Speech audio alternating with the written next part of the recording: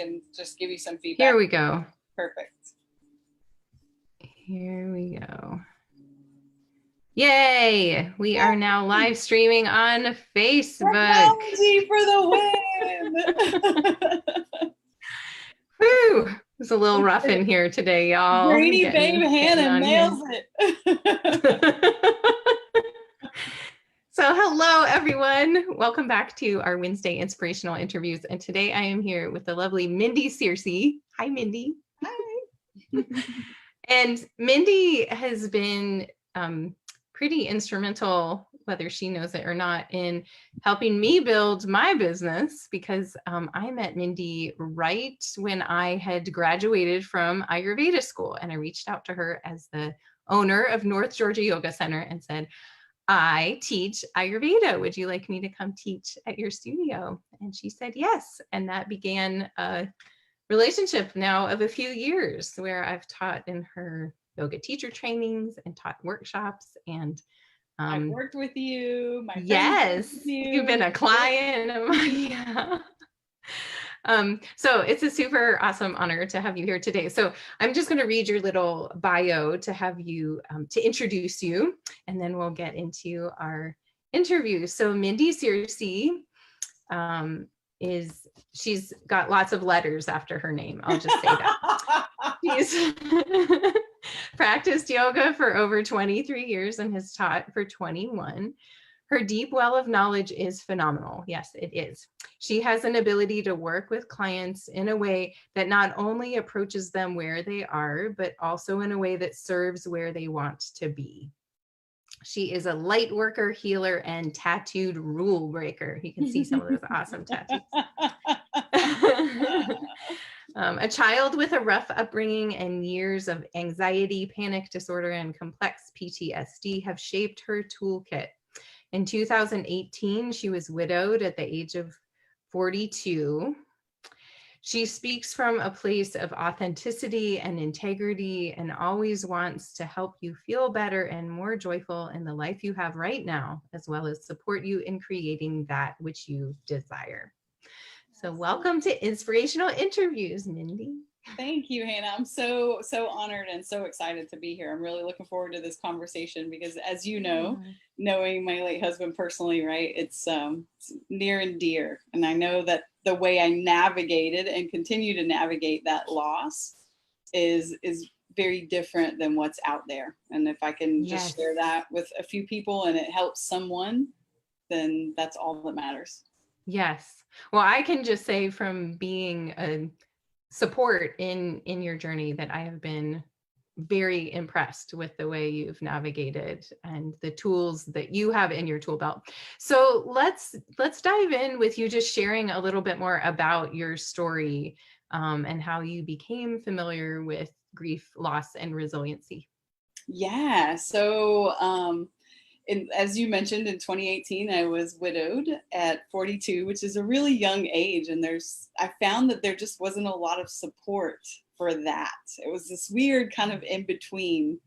And prior to that experience, as far as like grief and loss and resiliency, I feel like my resiliency was really constructed by that really rough upbringing. I was an emancipated minor at 15 years old.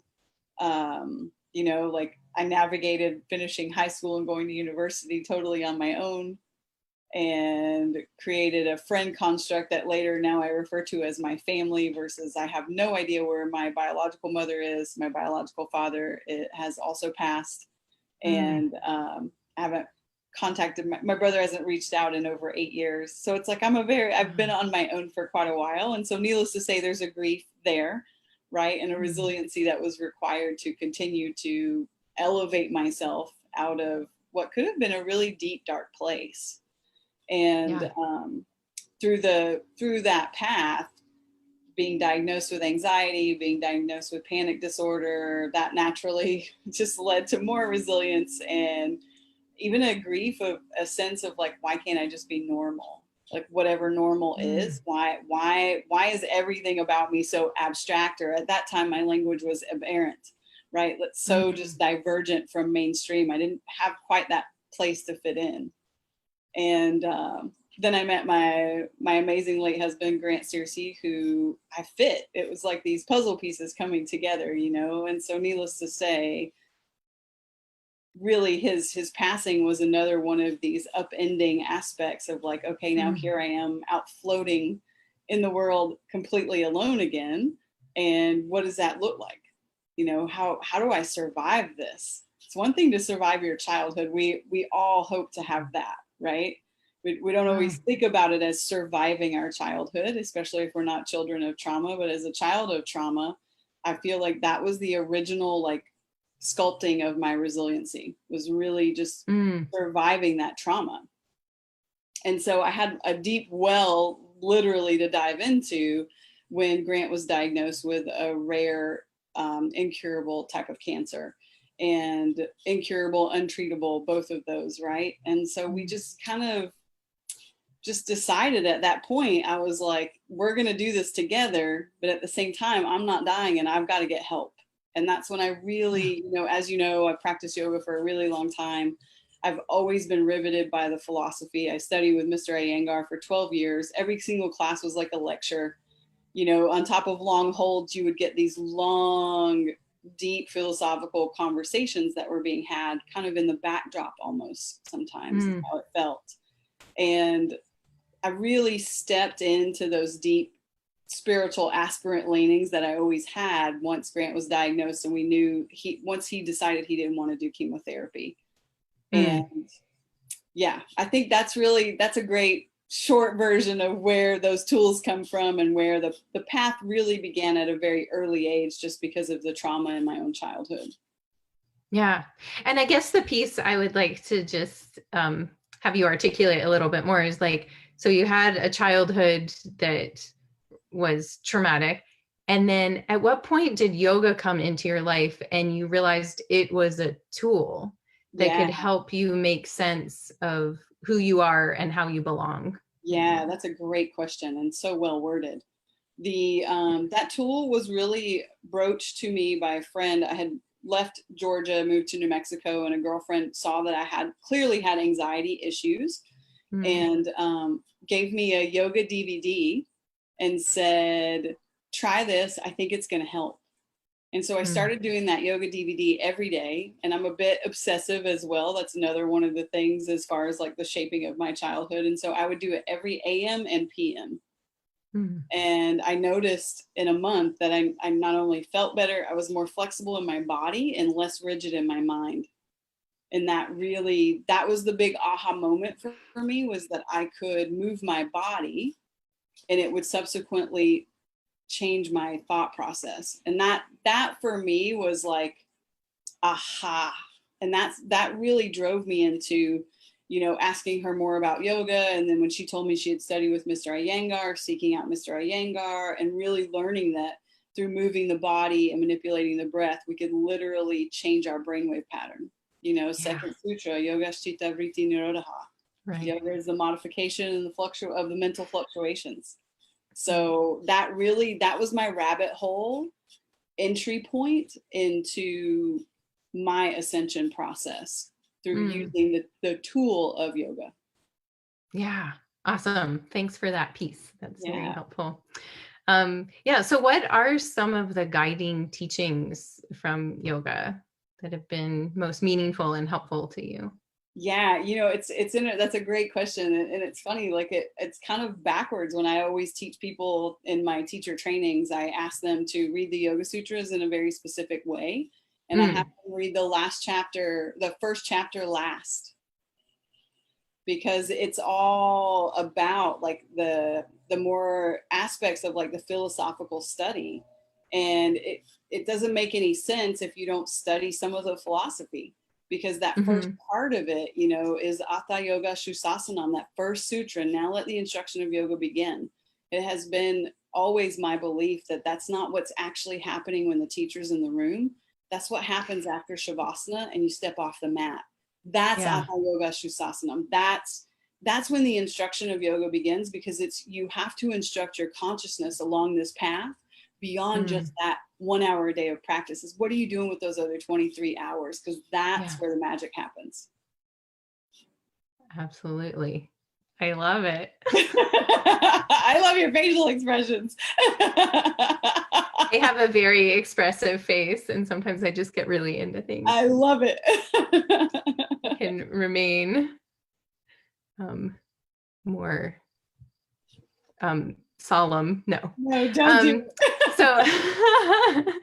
So you've had this journey, and also sharing in partnership, right? The journey with yoga and Ayurveda with Grant in your can you talk a little bit about that in terms of sharing it within relationship? Yeah, it was amazing actually to have that, because before I had even met Grant, Grant had heart issues off and on throughout his life. And he had used yoga as a way of working with his anxiety and a way of staying calm so that it didn't trigger or exacerbate tachycardia for him.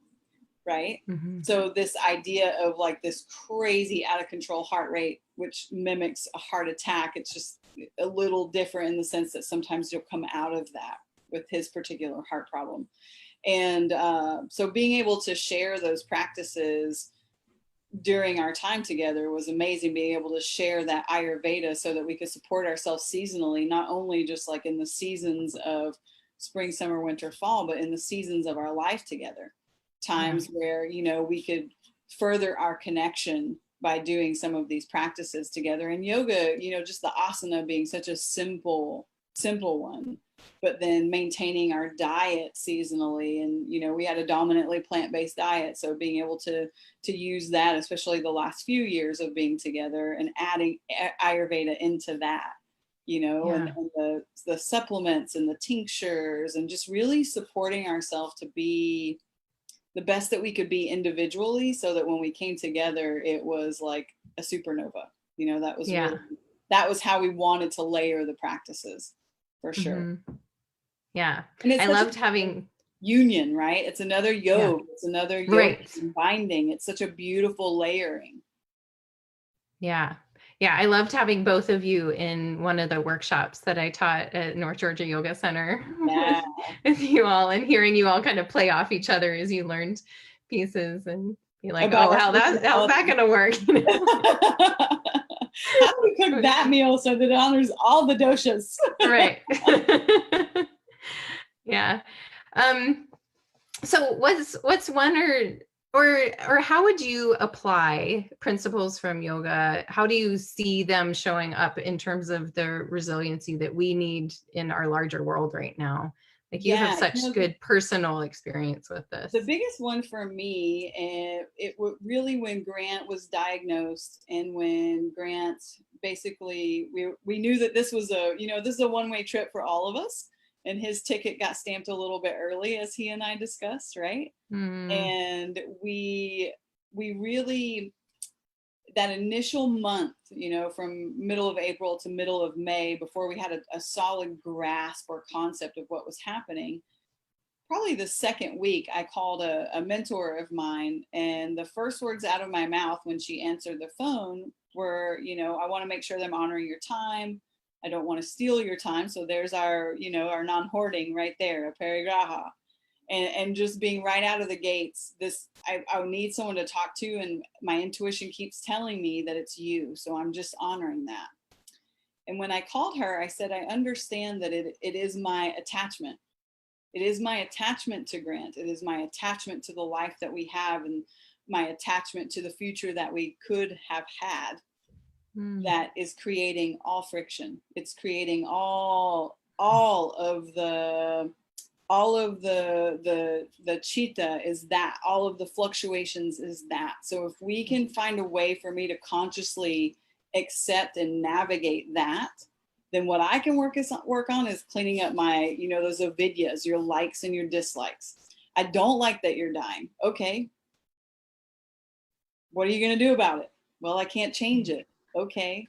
So it kept me in this track of like self dialogue, not analysis or critique. And I think that is the gift of yoga for me, because I'm very analytical in how I process things, because it makes me feel safe. right? From that old childhood. I know that that's a control mechanism.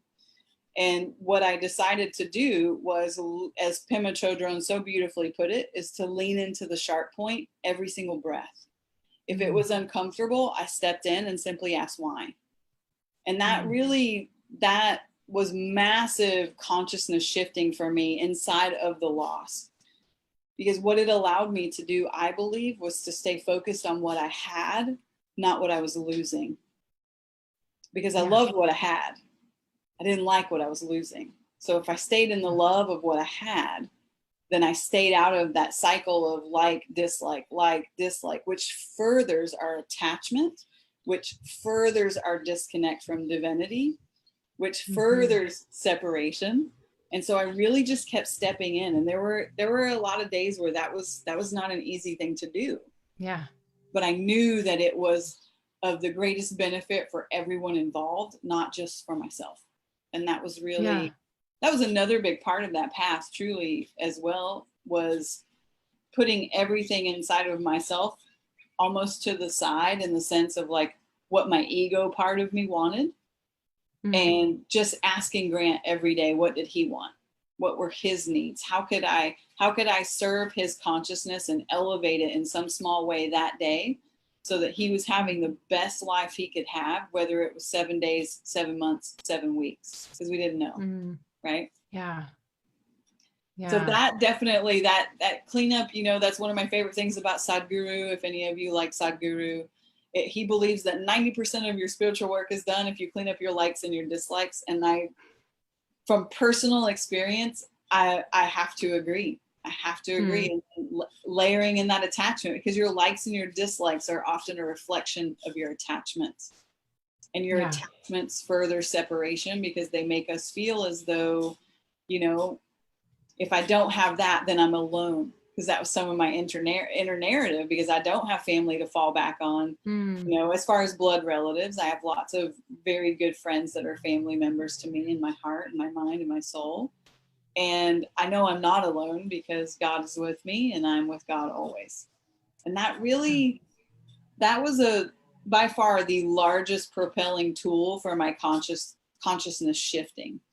And then after Grant passed, the next biggest aspect of it for me was every day getting on my mat and just letting the emotions be exactly what they were.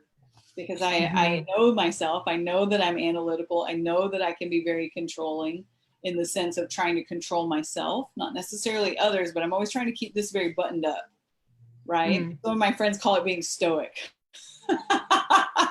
I don't think of myself that way, but unless you're really in there all the time with me, you wouldn't know, right? Yeah. So I started being much more effusive with my emotions and really processing things. And Ayurveda, Hannah, it's funny, like, it was the number one thing. I'm launching a resiliency training this fall, and inside of that resiliency training is me talking about how I hyper focused on my food, because it was the last thing I wanted to do. And I knew that if I hyper focused on my food, because I reached out to you very early through the process, once I knew what Grant's diagnosis was, and was like, I need some ways to support myself, because I know me, I'm going to pour everything into Grant. And then I'm going to be a mess by the time this is over, beyond just the loss. I'm going to be a physical mess. So I knew that I needed to keep my body, mind stable. And Ayurveda was like my go-to. It always has been. I was introduced to that at 19 as well. So those two tools, really leaning heavy into the philosophy and living it, not just like studying it and going, oh, doesn't that sound nice? But truly walking the walk and talking the talk, and then using the tool of Ayurveda. Because I'm a fan. Yeah. You are, and you're living proof too. Yeah, likewise. It's really helpful. Yeah. I want to back up to something you were talking about earlier that I talk about, well, in the Vitality Circle, the program that I run online for women, one of the habits is called easeful living.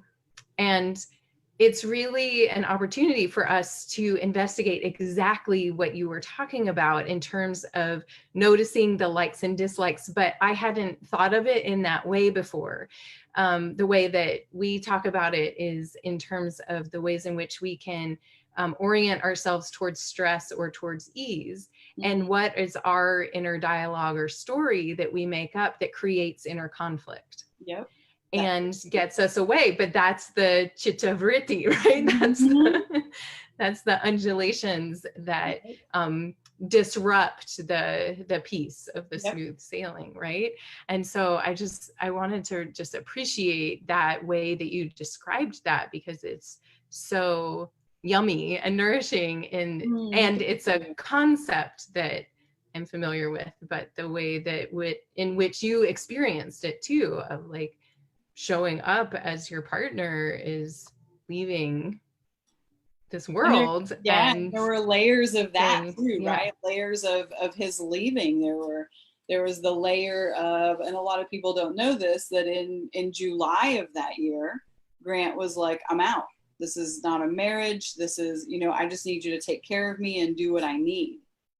And so, and run, like, here's my business, here's all my all of it. I don't want to even look at a checkbook. I don't want to be worried about a bill. And I'm like, absolutely, I'll take care of it all. And so finding my support, because in my mind, in my heart, it wasn't over that way, right? But respecting his need to say, I need to, because, as we die, the first yogi, Adi Yogi, if you're deep into your philosophy, for those of you in the group, right? The first yogi is always believed to be Shiva. And he's called sometimes Adi Yogi. And one of his first statements that he ever said to other yogis is that the only way out is in. And if you've ever been around someone who's dying, it's an internal process. It has nothing to do with you. It's their journey. And so I chose very early on to step out of the way and honor that journey, even if it hurt, because I knew that I was not dying. I could take care of me on the other end of that. It was my agreement with Grant to walk him to his last breath. And I did. And I was with him when he took his last breath, which was an amazing gift. And the last thing I did with him was my forehead to his heart on the back of his body, my body wrapped around him.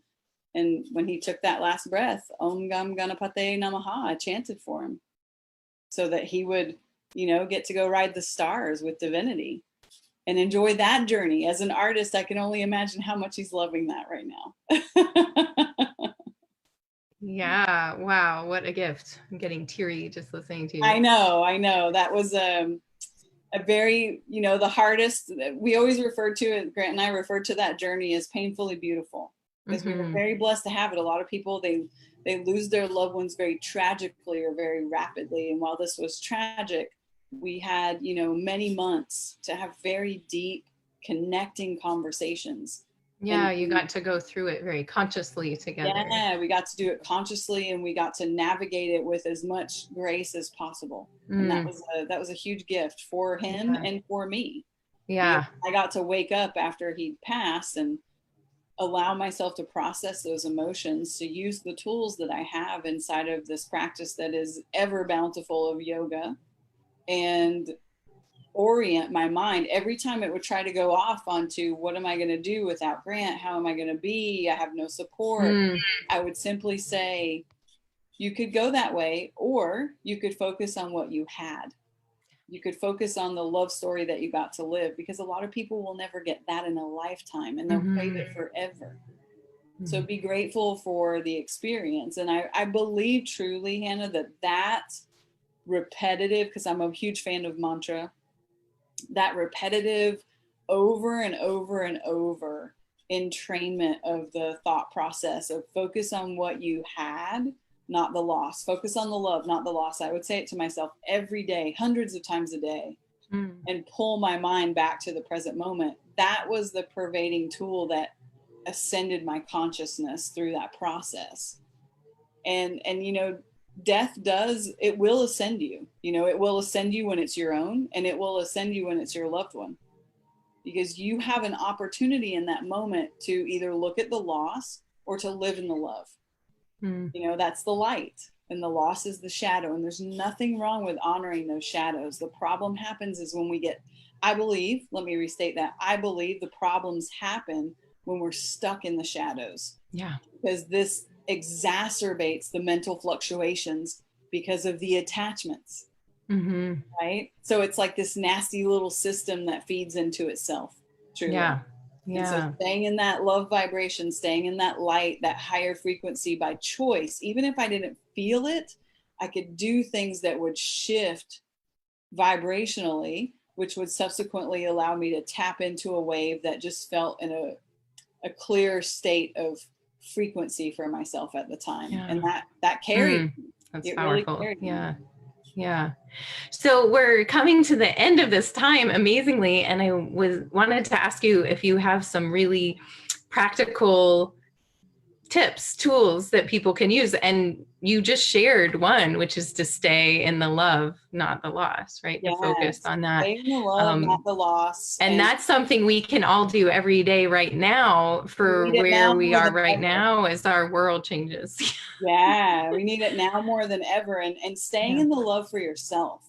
That was the hardest part, because I am so analytical, and I learned early on that control made me safe. It made me feel safe, that I just allowed things to be a little out of control. And I stayed in the compassion of myself of like, this is me staying more present with what is. And every time I seek to control it, I'm butting up against a shadow of my own self. And instead of judging it, I'm simply going to invite it to sit down with me. I'm going to dialogue with it. And the practical tool there was my journaling. I've written every day since I was a very young girl. If you work with me privately inside of the training, we talk about it. In my teacher trainings, I require people to keep a journal. It's a free therapist, because the reality is there's stuff you don't say to your therapist. So you put it in that journal and you close that book and you set it down, and you don't ever have to read it again, because you can just let it go. You really can. Awesome. So journaling, stay in the love. Stay in the love, and use Ayurveda. You got to use Ayurveda. Absolutely. I totally agree. So tell folks where they can find you if they're interested in learning more about you and possibly working with you. Absolutely. So if you're on, obviously you're on Facebook, Mindy Searcey, you can follow me. Mindy Yoga, you can like my page. You can go to my website, mindyyoga.com. And Instagram is Mindy Searcey. And I have a resiliency training coming up this fall. It's a 21-day program. I'm super excited about it. There's live classes and then on-demand video classes in there as well. You get recipes. I'm working on a cookbook right now, all Ayurveda, plant-based. So I'm very excited about some of the great stuff that's coming this fall. So yeah, just mindyyoga.com or Mindy Searcey anywhere on social media. Awesome. So grateful to have had this time with you, and always a pleasure to talk and connect, and we'll continue down the road. For the opportunity to share the story. It's a powerful one for sure. Yeah. Thanks for sharing it. I think that is really powerful. And in the chat, you'll see there's lots of appreciation from your community in Dahlonega, and how much you've inspired folks in your life. And I think it is inspiring for all of us. I can speak for myself. It's very inspiring to have been on the periphery of support for you and Grant, and to see the way that you both consciously went through this transition and transformation, and the empowerment that you have chosen in your grieving process. And I hope that may we all be so informed and lucky and gracious with the challenges that life brings us. So you're an inspiration. Thank you. I so appreciate it. Again, I'm so grateful. I really appreciate this opportunity, and I look forward, if anyone has any questions, just tag me in the group. I'm always happy to share, because I really do believe that dialogue around grief needs to change. Yes. Yeah. Awesome. Thank you so much. Thanks everybody for being here live. If you're watching the recording, post your questions or comments and we'll see them. Bye everyone. Bye, everybody. Take care. Take care.